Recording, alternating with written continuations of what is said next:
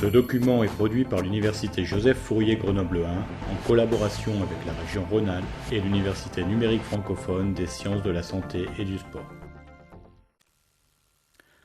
Bonjour, je suis Michel Sève, professeur en biochimie, biologie cellulaire et biotechnologie à l'Université Joseph Fourier de Grenoble.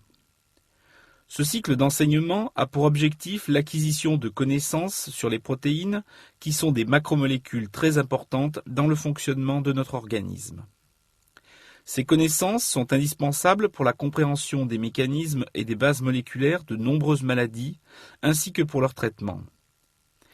Ces protéines sont à la fois des cibles thérapeutiques ou des éléments de diagnostic, mais aussi elles-mêmes des thérapeutiques appartenant à la classe des médicaments biologiques. Ainsi, nous débuterons ce cycle d'enseignement sur les acides aminés et les protéines par une description de la structure des acides aminés, constituant des protéines.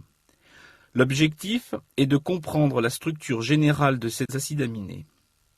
Puis, nous décrirons ensuite les 21 acides aminés composant les protéines en indiquant les caractéristiques particulières de chacun. Les acides aminés sont des acides organiques contenant un groupement amine. Les plus communs des acides aminés sont les acides alpha-aminés. Les plus communs des acides alpha-aminés sont ceux de la série L. Nous allons revenir sur la signification de ces différents termes dans les diapositives suivantes. Seulement 21 acides aminés de la série L sont utilisés par le vivant pour produire les protéines.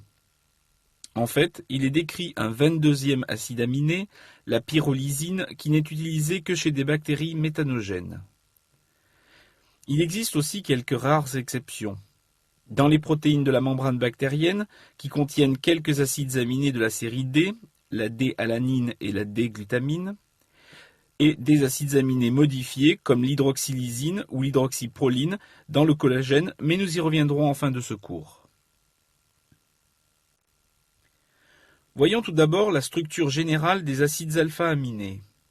Ces acides aminés ont un motif structural commun. Les carbones de la chaîne aliphatique d'un acide organique sont repérés par les lettres de l'alphabet grec. Cette nomenclature est rappelée sur le schéma moléculaire à droite. Ainsi, le premier carbone lié au groupement carboxylique COOH est noté alpha. Les suivants sont notés bêta, gamma, delta, epsilon, et ainsi de suite. Un acide alpha-aminé est donc un acide organique qui comporte une fonction amine sur son carbone alpha. La structure générale est représentée ici avec le carbone alpha en rouge. Le groupement acide COOH, appelé aussi groupement carboxylique, est représenté à droite et le groupement basique amine à gauche. Ce carbone alpha porte un atome d'hydrogène et un radical noté R, appelé aussi chaîne latérale, qui est variable en fonction de l'acide aminé considéré. Les acides aminés sont donc amphotères puisqu'ils comportent à la fois un groupement acide et un groupement basique. Nous allons trouver dans les protéines chez l'homme 21 acides aminés avec 21 chaînes latérales différentes. La plupart des acides aminés sont des molécules chirales car ils contiennent un carbone alpha asymétrique. Ce carbone, centre de la chiralité, est lié à 4 substituants différents tels que vous pouvez l'observer sur le schéma de gauche. Comme nous le verrons, seule la glycine ne comporte pas de carbone asymétrique. Son radical R étant un hydrogène, le carbone alpha porte donc 2 hydrogènes, ne faisant pas de la glycine une molécule chirale. Cette chiralité confère des propriétés physiques particulières aux acides aminés que nous verrons dans le second chapitre. Les acides aminés comportent un carbone asymétrique. Il existe donc sous la forme de 2 énantiomères, traditionnellement appelés D et L, selon que le groupe NH2 se trouve respectivement à droite ou à gauche dans la projection de Fischer. Un exemple est donné sur le schéma de gauche avec l'alanine, représentée sous ses formes D et L, image l'une de l'autre dans un miroir. Ce sont les mêmes structures qui sont représentées dans l'animation à droite. En l'occurrence, comme la chaîne latérale R a toujours un atome de carbone en position 1, les acides aminés L naturels ont une configuration absolue S, tandis que les D sont R dans la nomenclature Cahn-Ingold-Prelog. Il existe cependant quelques exceptions, comme la cystéine ou la méthionine. Nous allons maintenant voir les 21 acides aminés incorporés dans les protéines chez l'homme lors de la traduction. Il s'agit de la lanine, de l'arginine, de l'asparagine, de l'acide aspartique, de la cystéine, de la glutamine, de l'acide glutamique, de la glycine, de l'histidine, de l'isoleucine, de la leucine, de la lysine, de la méthionine, de la phénylalanine, de la proline, de la sélénocystéine, de la sérine, de la thréonine, du tryptophane, de la tyrosine et enfin de la valine. D'autres acides aminés sont retrouvés par modification enzymatique des protéines, telles que l'hydroxyproline, l'hydroxylysine ou la phosphosérine. Il existe 20 autres acides aminés impliqués dans des voies métaboliques. Citons notamment la méthylhistidine, l'homocystéine, l'acide gamma-hydroxybutyrique. Afin de faciliter la lecture des acides aminés composant les protéines, 2 codes ont été créés. Un code à 1 lettre et un code à 3 lettres pour chaque acide aminé. Généralement, c'est la première ou les 3 premières lettres du nom de l'acide aminé qui sont reprises. Ainsi, l'alanine est codée par la lettre A et les 3 lettres ALA, A, L, A. De même pour la glycine, la sérine ou la leucine. Mais la redondance de certaines premières lettres dans les noms rend moins systématique ce codage.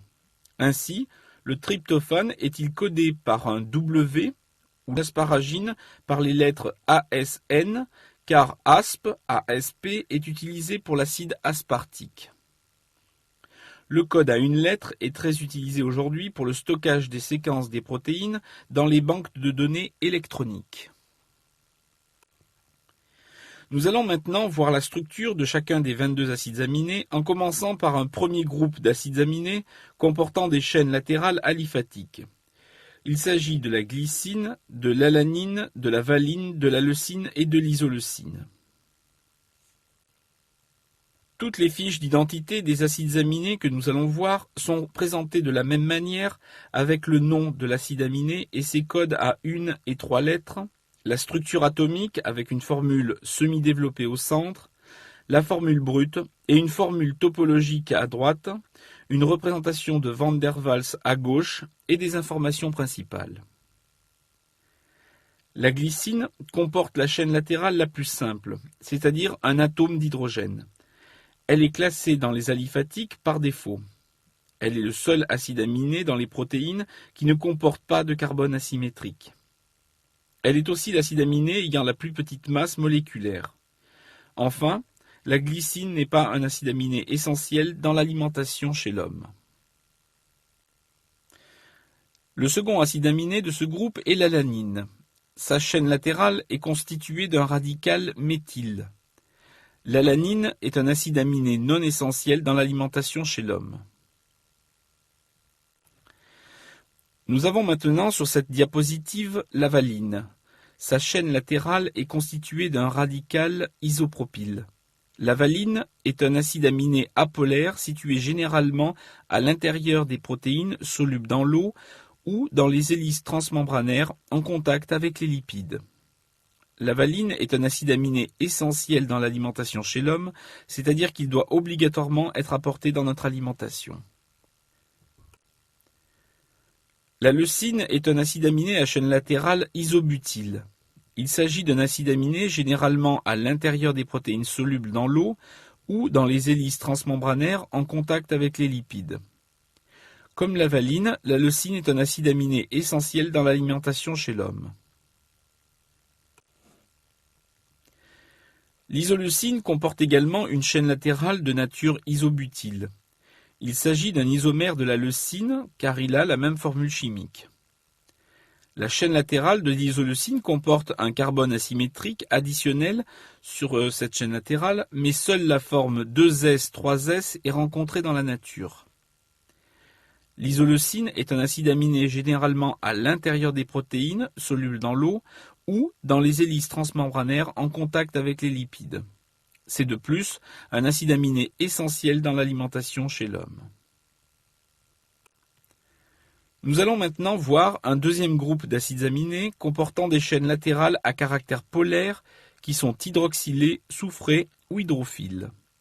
Il s'agit de la sérine, de la thréonine, de la cystéine, de la méthionine, de l'asparagine et de la glutamine. La sérine possède une chaîne latérale avec un groupement hydroxyle appelé aussi alcool.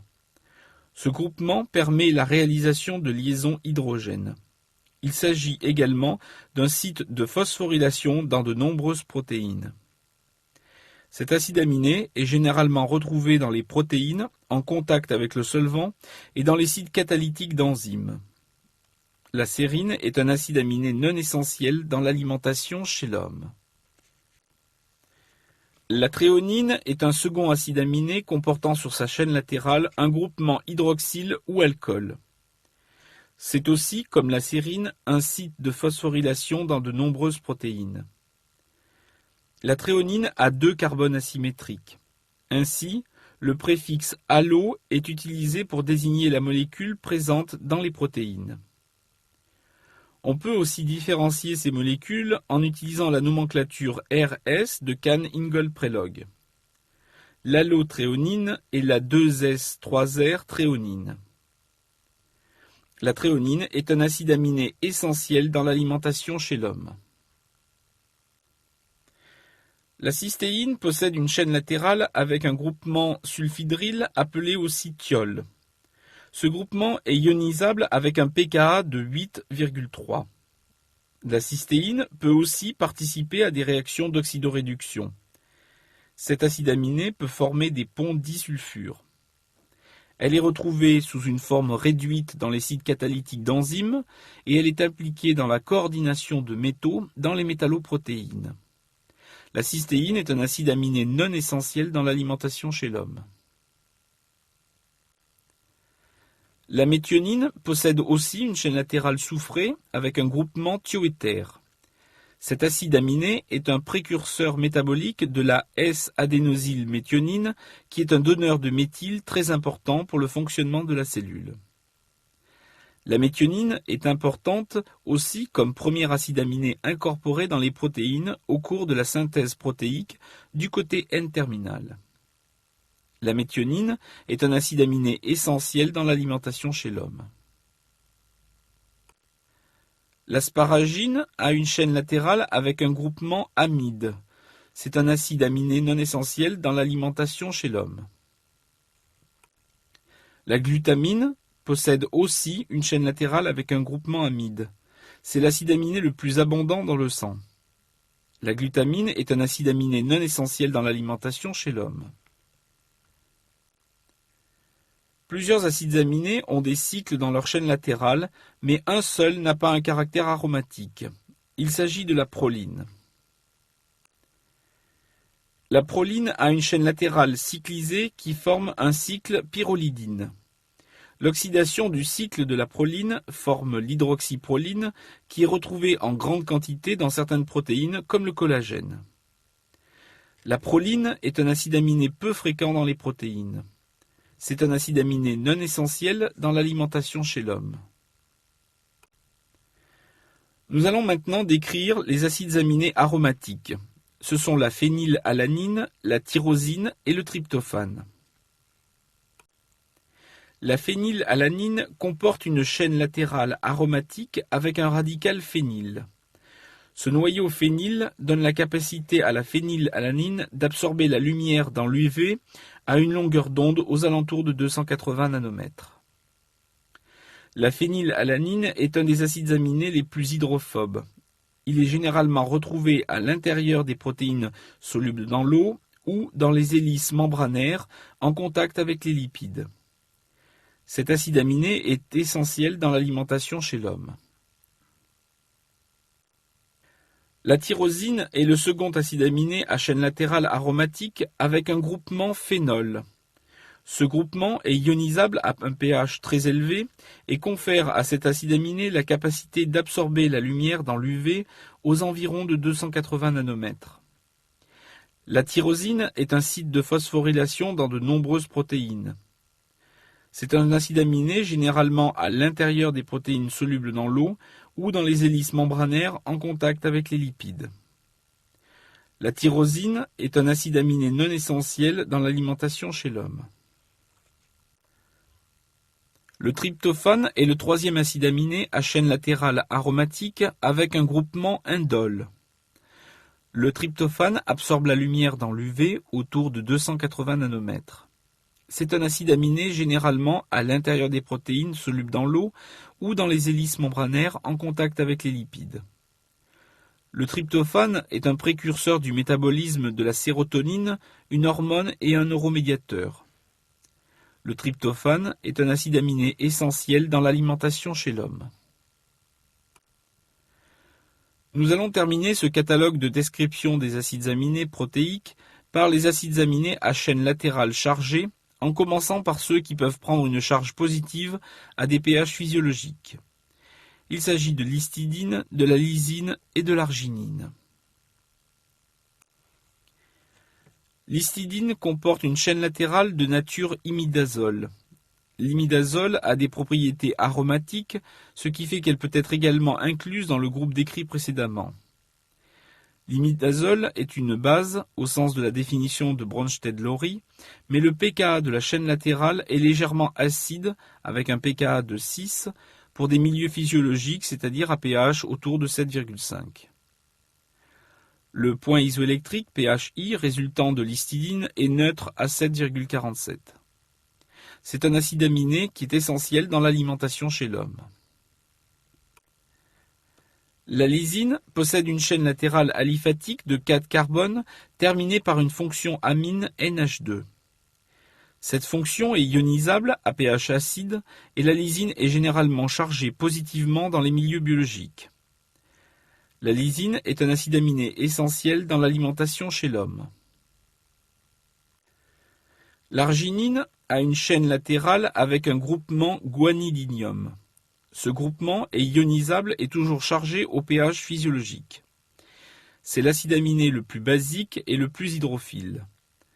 Il est impliqué dans le cycle de l'urée et donc dans le contrôle des composés azotés de l'organisme. Il s'agit d'un acide aminé essentiel dans l'alimentation chez l'homme. Le dernier groupe d'acides aminés est ceux à chaîne latérale chargés négativement à des pH physiologiques. Il s'agit de l'acide aspartique et de l'acide glutamique. L'acide aspartique a une chaîne latérale courte terminée par une fonction acide carboxylique. Cette fonction est ionisable à pH basique et généralement chargée négativement à des pH physiologiques. L'acide aspartique est un acide aminé non essentiel dans l'alimentation chez l'homme. Comme l'acide aspartique, l'acide glutamique possède une petite chaîne latérale aliphatique, mais cette fois composée de 2 carbones, terminée par une fonction acide carboxylique. Cette fonction est ionisable à pH basique et l'acide glutamique est généralement chargé négativement à pH physiologique. L'acide glutamique, outre son rôle comme constituant des protéines, est aussi un neuromédiateur, ainsi que l'acide gamma-aminobutyrique ou GABA qui en dérive. L'acide glutamique est un acide aminé non essentiel dans l'alimentation chez l'homme. Nous terminons ce catalogue par la sélénocystéine, appelée fréquemment le 21e acide aminé, car sa découverte est beaucoup plus récente que les 20 acides aminés décrits précédemment. Il s'agit en effet d'un acide aminé rare, formé à partir de la sérine, avec le remplacement de l'atome d'oxygène par un atome de sélénium. Il est incorporé dans les protéines par traduction du codon UGA, qui est normalement un codon stop. Cet acide aminé n'entre dans la constitution que de quelques protéines, de l'ordre d'une quinzaine chez l'homme, que l'on nomme des sélénoprotéines. Je citerai comme exemple la glutathion peroxydase ou la T3-iodotyronine déiodinase. Il existe dans les protéines d'autres acides aminés qui résultent de la modification des acides aminés précédemment décrits après la traduction des protéines. Ces acides aminés modifiés jouent différents rôles importants dans la structure et la fonction des protéines. On ne les ajoute pas à la liste des 21, cependant, car ils ne sont que des modifications d'acides aminés standards. Une hydroxyproline, par exemple, est une proline sur laquelle une enzyme a greffé un groupement hydroxyle. Cette hydroxyproline, avec la 5-hydroxylysine, sont des constituants du collagène. Le gamma-carboxyglutamate est trouvé dans la prothrombine, une protéine de notre système de coagulation sanguine. D'autres acides aminés sont présents dans notre organisme, comme l'ornithine ou la citruline, mais ils ne sont pas utilisés pour produire des protéines. Ce sont des molécules de signalisation, neurotransmetteurs ou hormones, ou des intermédiaires dans les processus métaboliques. Certains acides aminés sont essentiels, c'est-à-dire qu'ils doivent être obligatoirement apportés par l'alimentation. Notre organisme ne sait pas les synthétiser. Il s'agit de la phénylalanine, la leucine, la méthionine, la lysine, l'isoleucine, la valine, la thréonine, le tryptophane, l'histidine qui est considéré comme un acide aminé semi-essentiel, indispensable chez le nourrisson, et enfin de l'arginine qui est nécessaire pour les nourrissons et peut-être pour les personnes âgées. Un moyen mnémotechnique pour s'en souvenir vous est donné à droite. Il s'agit de la phrase « Mets-le dans la valise, il fait trop d'histoire ». Cette phrase est dérivée du code à 3 lettres des acides aminés essentiels, excluant l'arginine. Met, le, val, lise, ile, fait, trup, is, tre. Nous terminons ici ce premier cours de description des acides aminés et nous allons voir dans le cours suivant leurs propriétés physico-chimiques.